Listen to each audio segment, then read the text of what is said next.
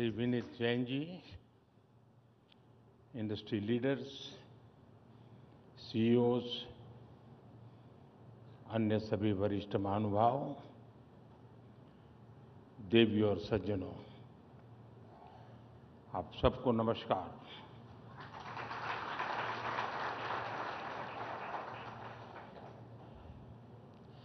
Last time जब मैं ET summit में आया था तो चुनाव होने ही वाले थे और उस समय मैंने आपके बीच पूरी विनम्रता से कहा था कि हमारे तीसरे टर्म में भारत एक नई स्पीड से काम करेगा।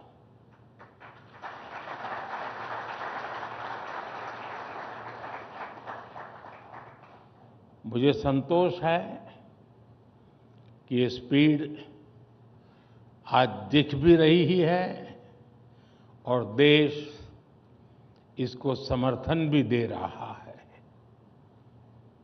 नई सरकार बनने के बाद देश के अनेक राज्यों में बीजेपी एनडीए को जनता का आशीर्वाद लगातार मिल रहा है। जून में ओडिशा के लोगों ने विकसित भारत के संकल्प को गति दी, फिर हरियाणा के लोगों ने समर्थन किया और अब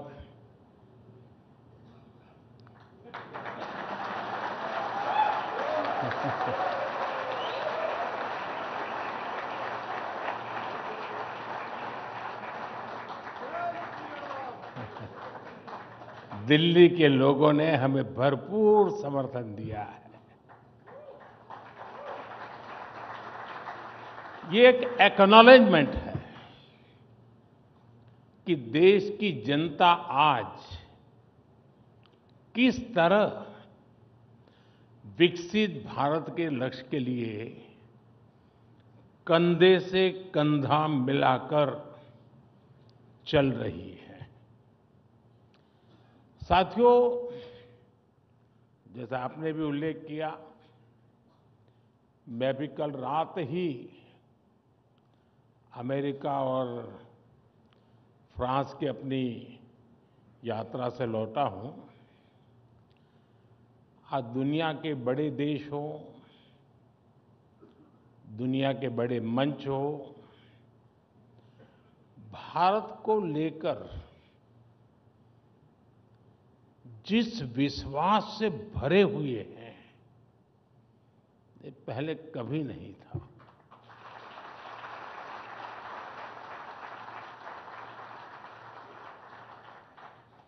ये पेरिस में एआई एक्शन समिट के दौरान हुए डिस्कशन में भी रिफ्लेक्ट हुआ है।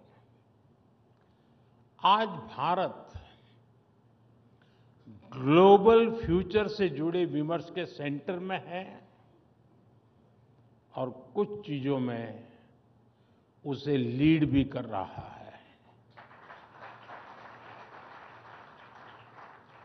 मैं कभी-कभी सोचता हूं, अगर 2014 में देशवासियों ने हमें आशीर्वाद न दिए होते, अब आप भी सोचिए,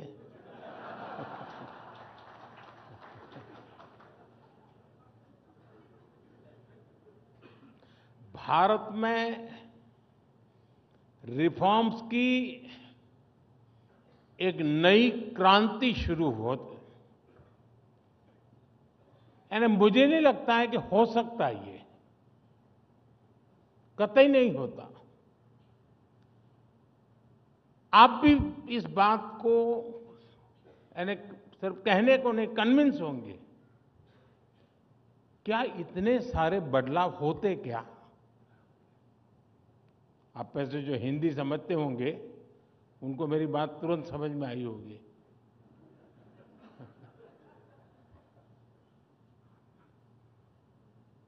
देश तो पहले भी चल रहा था। कांग्रेस स्पीड ऑफ डेवलपमेंट और कांग्रेस स्पीड ऑफ करप्शन, ये दोनों चीजें देश देख रहा था। अगर वही जारी रहता तो क्या होता। देश का एक अहम टाइम पीरियड बर्बाद हो जाता। 2014 में तो कांग्रेस सरकार ये लक्ष्य लेकर चल रही थी कि 2044, यानी 2014 में वो सोचते थे और उनका डिक्लेयर्ड टारगेट था कि 2044 तक भारत को 11th से 3rd लार्जेस्ट इकोनॉमी बनाएंगे। 2044,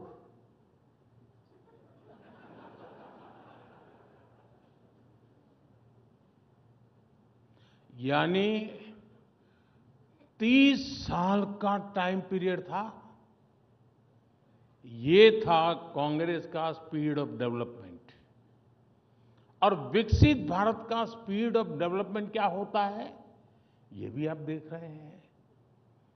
सिर्फ एक दशक में भारत टॉप 5 इकोनॉमी में आ गया।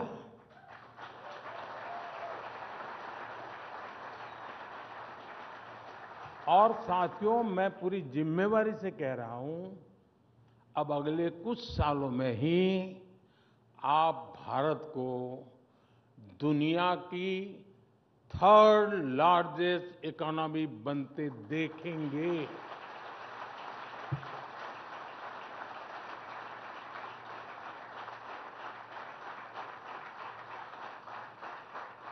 अब हिसाब लगाइए, 2044,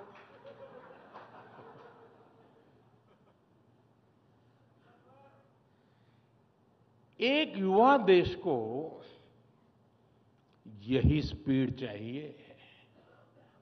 और आज इसी स्पीड से भारत चल रहा है। साथियों, पहले की सरकारें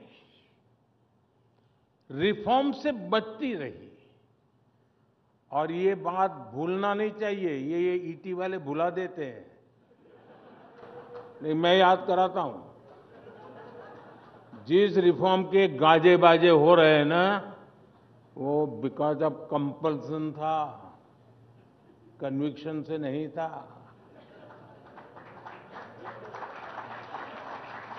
आज हिंदुस्तान जो रिफॉर्म कर रहा है वो कन्विक्शन से कर रहा है।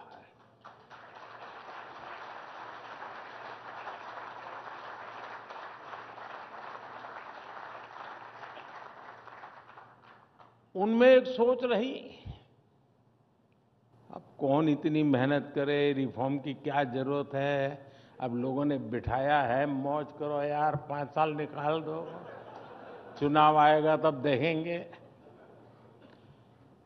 अक्सर इस बात की चर्चा ही नहीं होती थी कि बड़े रिफॉर्म से देश में कितना कुछ बदल सकता है।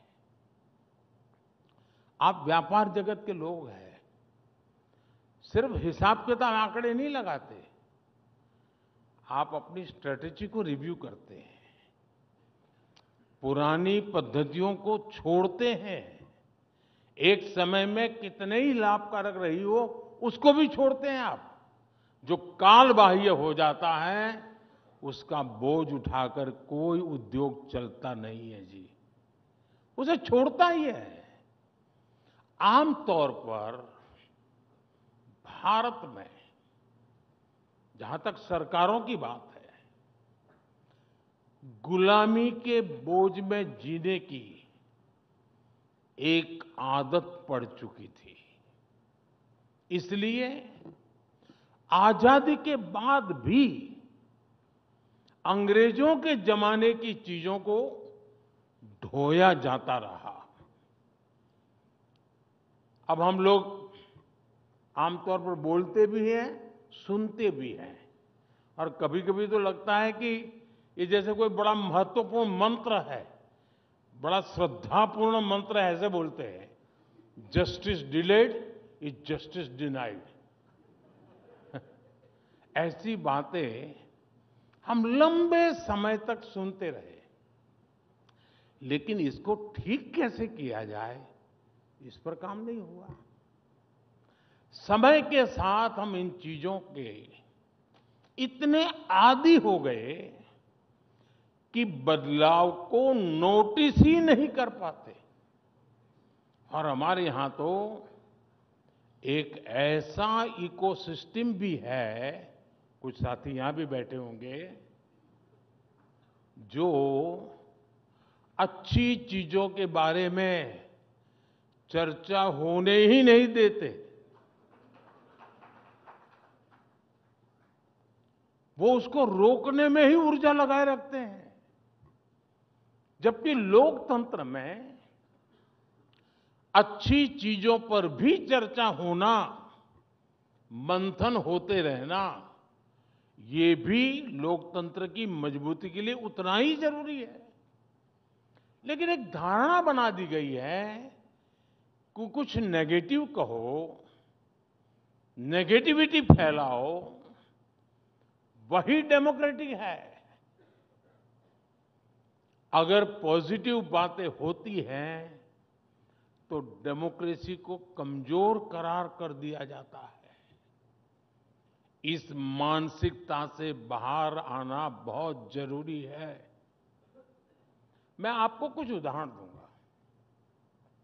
साथियों, भारत में कुछ समय पहले तक जो पीनल कोड चल रहे थे, वो 1860 के बने थे, 1860 के।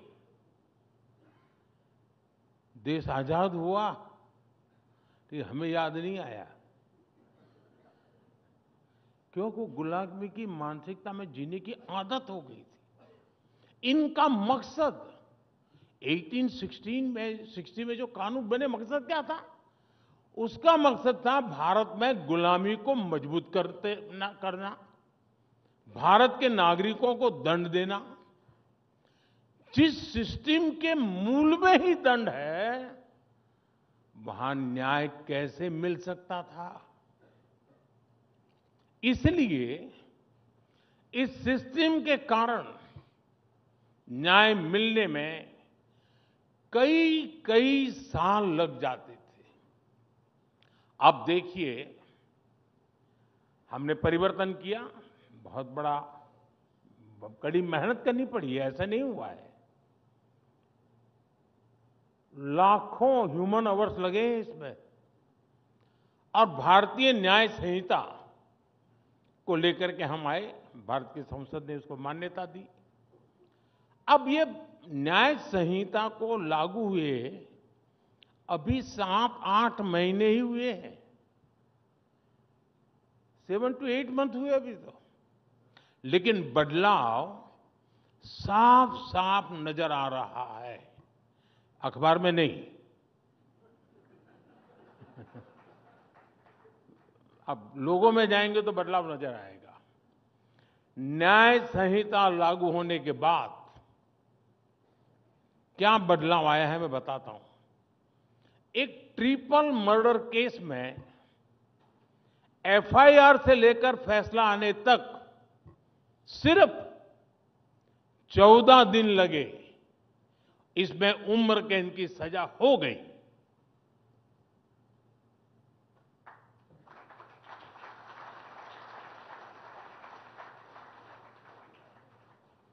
एक स्थान पर एक नाबालिग की हत्या के केस को 20 दिन में अंतिम परिणाम तक पहुंचाया गया।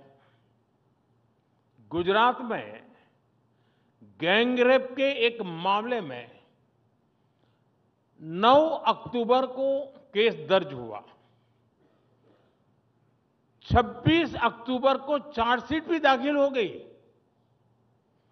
और आज 15 फरवरी को ही कोर्ट ने आरोपियों को दोषी करार दे दिया।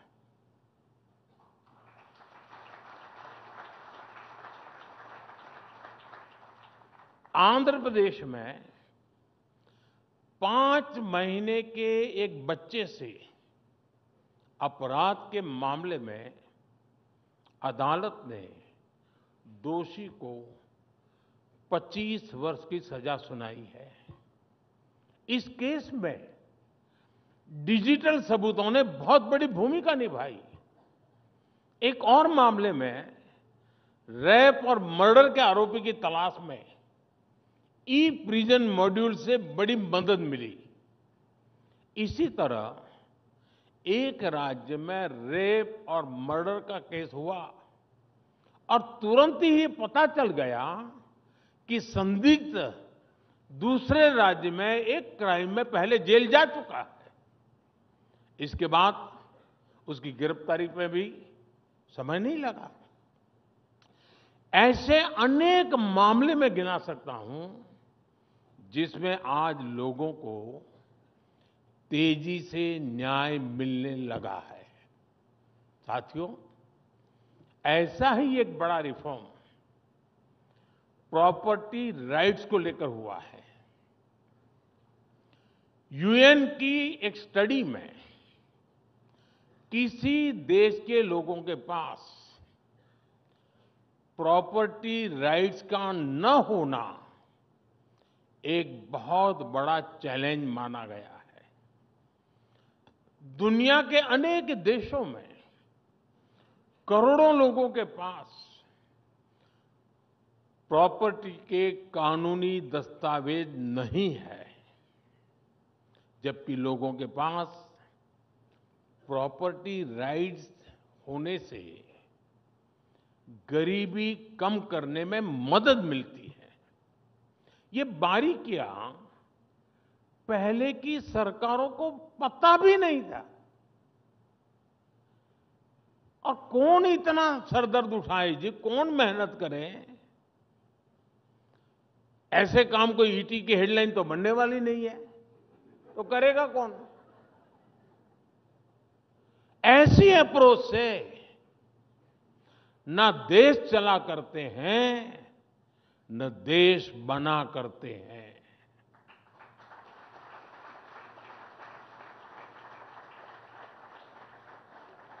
और इसलिए हमने स्वामित्व योजना की शुरुआत की। स्वामित्व योजना के तहत देश के 3 लाख से ज्यादा गांवों का ड्रोन सर्वे किया गया। 2.25 करोड़ से ज्यादा लोगों को प्रॉपर्टी कार्ड दिए गए। और मैं ईटी को एक हेडलाइन आज दे रहा हूं। स्वामित्व लिखना जरा ईटी के लिए तकलीफ वाला है, लेकिन फिर भी वो तो आदत से हो जाएगा। स्वामित्व योजना की वजह से देश के ग्रामीण क्षेत्र में अब तक 100 लाख करोड़ रुपए की प्रॉपर्टी की वैल्यू अनलॉक हुई है। 100 लाख करोड़ यानी 100 लाख करोड़ रुपयों की प्रॉपर्टी पहले भी गांव में मौजूद थी, गरीब के पास मौजूद थी, लेकिन इसका उपयोग आर्थिक विकास में नहीं हो पाता था। प्रॉपर्टी के राइट्स न होने से गांव के लोगों को बैंक से लोन नहीं मिल पाता था। अब ये दिक्कत हमेशा हमेशा के लिए दूर हो गई है। आज पूरे देश से ऐसी खबरें आती हैं कि कैसे स्वामित्व योजना के प्रॉपर्टी कार्ड से लोगों का फायदा हो रहा है। अभी कुछ दिन पहले राजस्थान की एक बहन से मेरी बातचीत हो रही। उस बहन को स्वामित्व योजना के तहत प्रॉपर्टी कार्ड मिला हुआ है। इनका परिवार 20 साल से एक छोटे से मकान में रहता था।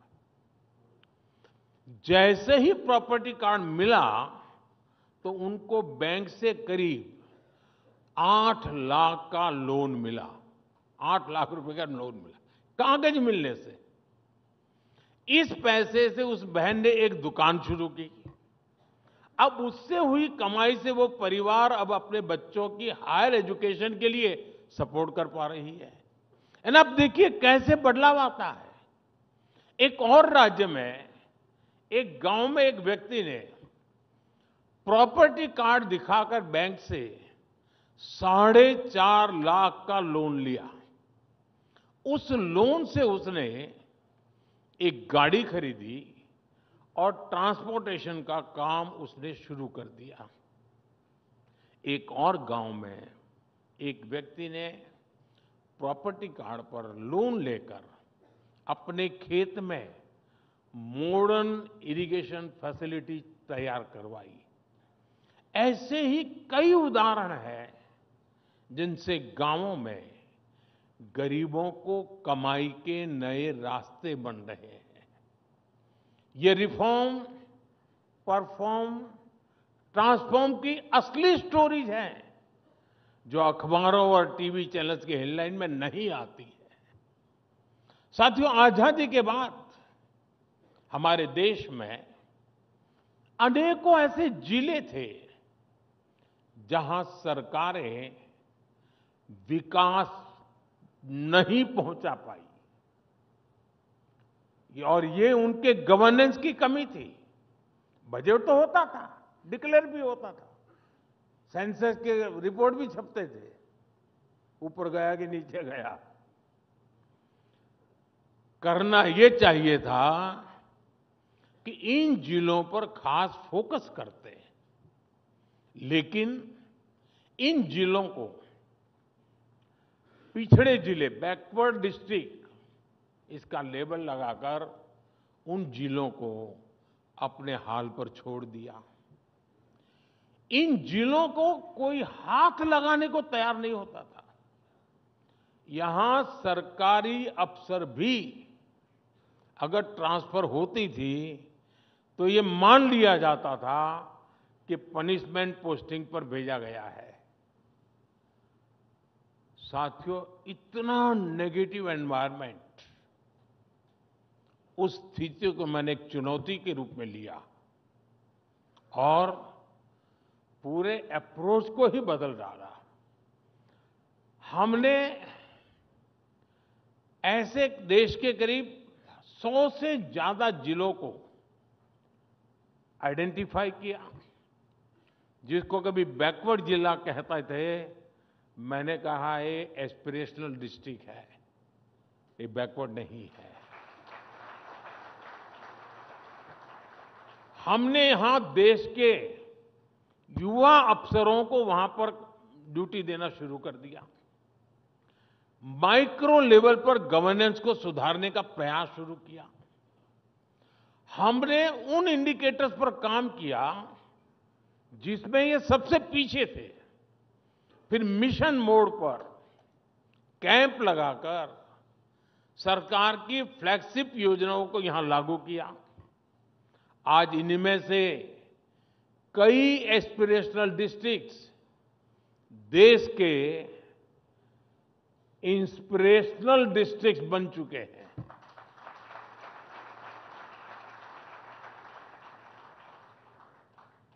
साल 2018 में, 2018 में असम के, मैं उन जो एस्पिरेशनल डिस्ट्रिक्ट जिसको मैं कहता हूं, जिसको पहले की सरकार बैकवर्ड कहती थी, मैं उनका ही जिक्र करना चाहता हूं।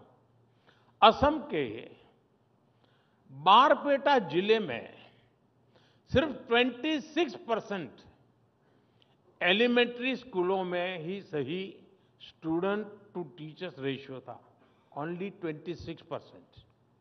आज उस डिस्ट्रिक्ट में 100% स्कूलों में स्टूडेंट टीचर रेशियो आवश्यकता के अनुसार हो गया। बिहार के बेगूसराय जिले में सप्लीमेंट्री न्यूट्रिशन लेने वाली गर्भवती महिलाओं की संख्या ओनली 21% थी। बजट नहीं था, ऐसा नहीं था, बजट तो था, ओनली 21%। उसी प्रकार से यूपी के चंदौली जिले में ये 14% थी। आज दोनों जिलों में ये 100% हो चुकी है। इसी तरह बच्चों के 100% टीकाकरण के अभियान में भी कई जिले बेहतरीन प्रदर्शन कर रहे हैं।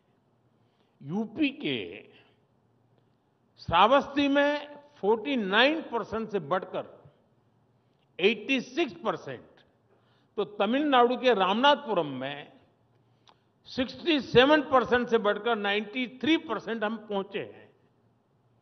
ऐसी ही सफलताओं को देखते हुए ही अब देश के हम फिर ये एक प्रयोग बहुत सफल रहा, ग्रास रूट लेवल पर परिवर्तन लाने का प्रयास सफल रहा।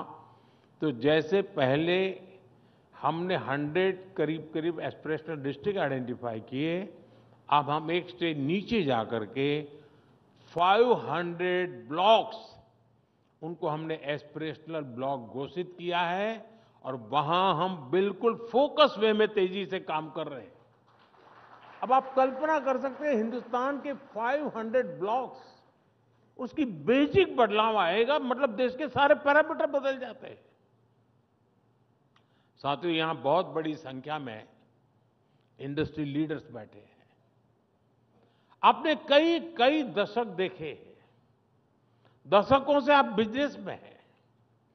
भारत में बिजनेस का माहौल कैसा होना चाहिए, ये अक्सर आपकी विश लिस्ट का हिस्सा हुआ करता था।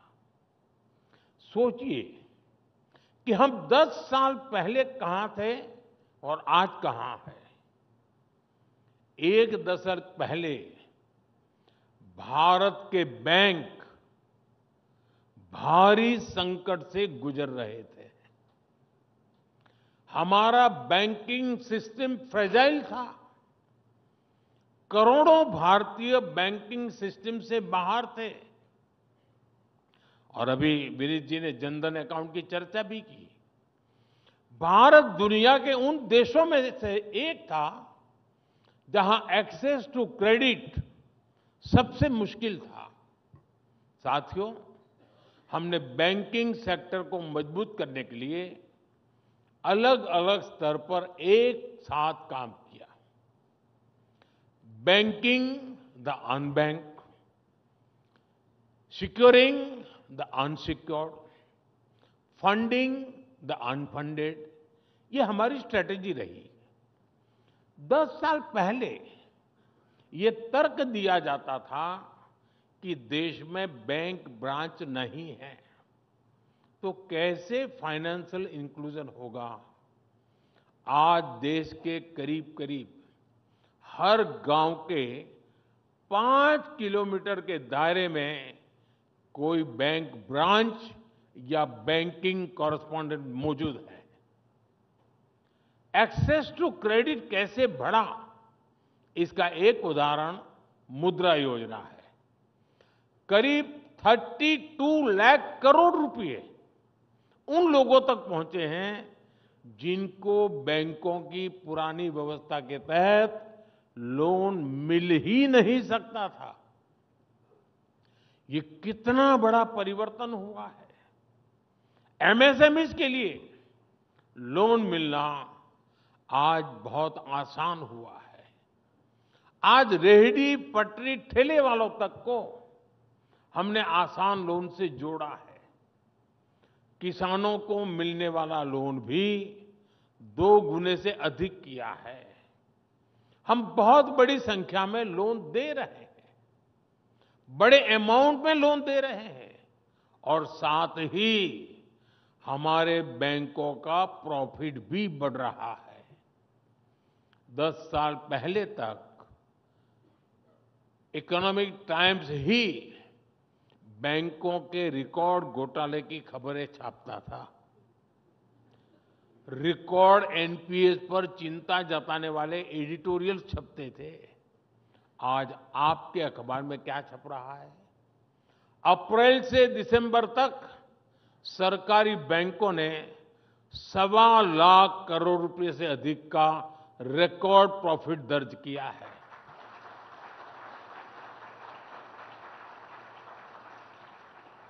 साथियों, ये सिर्फ हेडलाइंस नहीं बदली है, ये सिस्टम बदला है, जिसके मूल में हमारे बैंकिंग रिफॉर्म्स है।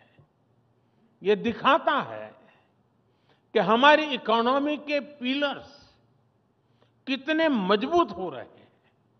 साथियों, बीते दशक में हमने फियर ऑफ बिजनेस को ईज ऑफ डूइंग बिजनेस में बदला है। जीएसटी के कारण देश में जो सिंगल लार्ज मार्केट की व्यवस्था बनी है, उससे भी इंडस्ट्री को बहुत फायदा मिल रहा है। बीते दशक में इंफ्रास्ट्रक्चर में भी अभूतपूर्व विकास हुआ है। इससे देश में लॉजिस्टिक कॉस्ट घट रही है, एफिशिएंसी बढ़ रही है। हमने सैकड़ों कंप्लायंसेस खत्म किए और अब जन विश्वास 2.0 से और भी कंप्लायंसेस को कम कर रहे हैं। समाज में, और ये मेरा कन्विक्शन है, सरकार का दखल और कम हो, इसके लिए सरकार एक डीरेगुलेशन कमीशन भी बनाने जा रही है।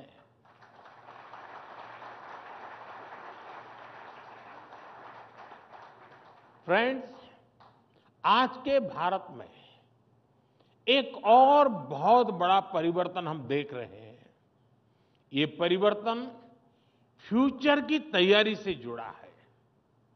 जब दुनिया में पहली औद्योगिक क्रांति शुरू हुई, तो भारत में गुलामी की जकड़न मजबूत होती जा रही थी। दूसरी औद्योगिक क्रांति के दौरान जहां दुनिया में नए नए इन्वेंशंस, नई फैक्ट्रियां लग रही थी, तब भारत में लोकल इंडस्ट्री को नष्ट किया जा रहा था। भारत से रॉ मटेरियल बाहर ले जाया जा रहा था। आजादी के बाद भी स्थितियां ज्यादा नहीं बदली। जब दुनिया कंप्यूटर क्रांति की तरफ बढ़ रही थी, तब भारत में कंप्यूटर खरीदने के लिए भी लाइसेंस लेना पड़ता था। पहली 3 औद्योगिक क्रांतियों का उतना लाभ भले ही भारत नहीं ले पाया, लेकिन चौथी औद्योगिक क्रांति में भारत दुनिया के साथ कदम से कदम मिलाने के लिए तैयार है।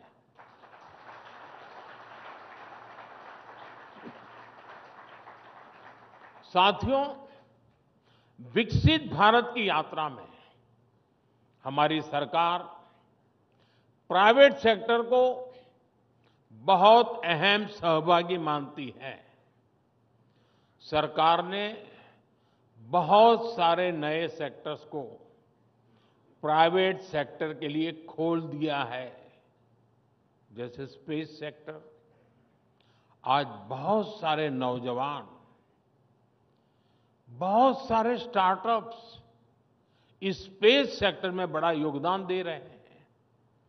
ऐसे ही ड्रोन सेक्टर कुछ समय पहले तक लोगों के लिए क्लोज था। आज इस सेक्टर में यूथ के लिए बहुत सारा स्कोप दिख रहा है।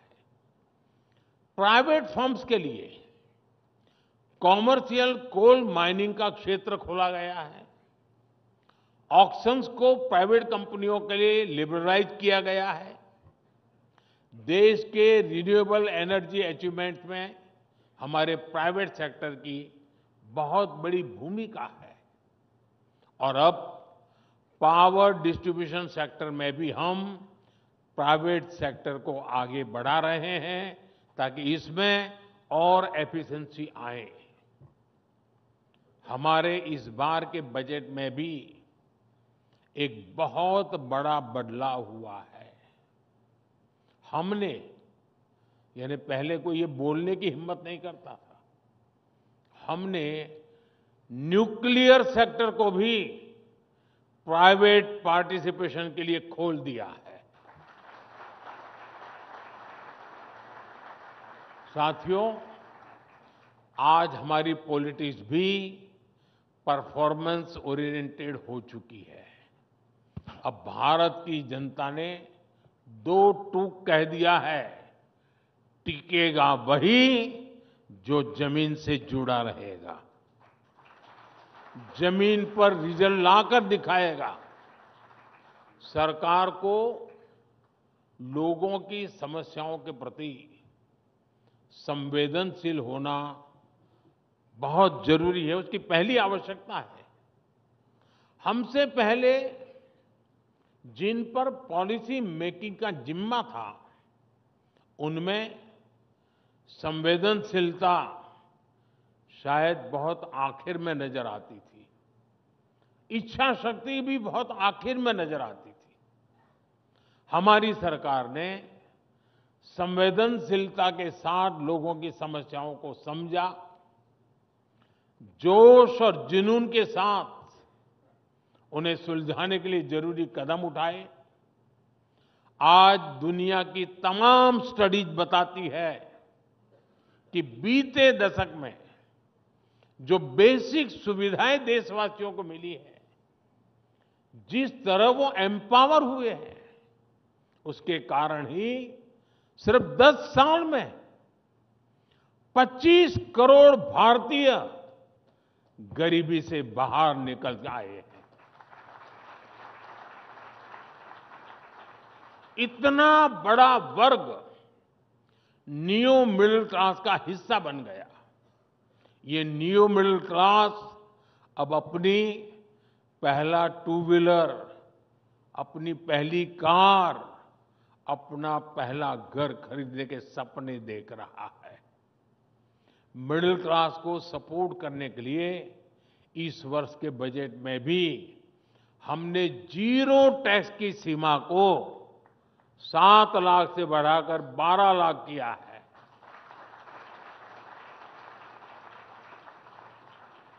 इस फैसले से पूरा मिडिल क्लास मजबूत होगा, देश में इकोनॉमिक एक्टिविटी भी और बढ़ेगी। ये प्रोएक्टिव सरकार के साथ ही एक सेंसिटिव सरकार की वजह से ही संभव हो पाया। साथियों, विकसित भारत की असली नींव विश्वास है, ट्रस्ट है। हर देशवासी, हर सरकार, हर बिजनेस लीडर में ये एलिमेंट होना बहुत जरूरी है। सरकार अपनी तरफ से देशवासियों में विश्वास बढ़ाने के लिए पूरी शक्ति से काम कर रही है।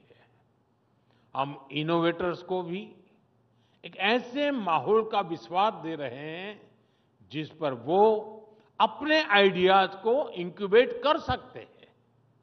हम बिजनेस को भी पॉलिसीज के स्टेबल और सपोर्टिव रहने का विश्वास दे रहे हैं। मुझे उम्मीद है कि ईटी की ये समिट इस विश्वास को और मजबूती देगी।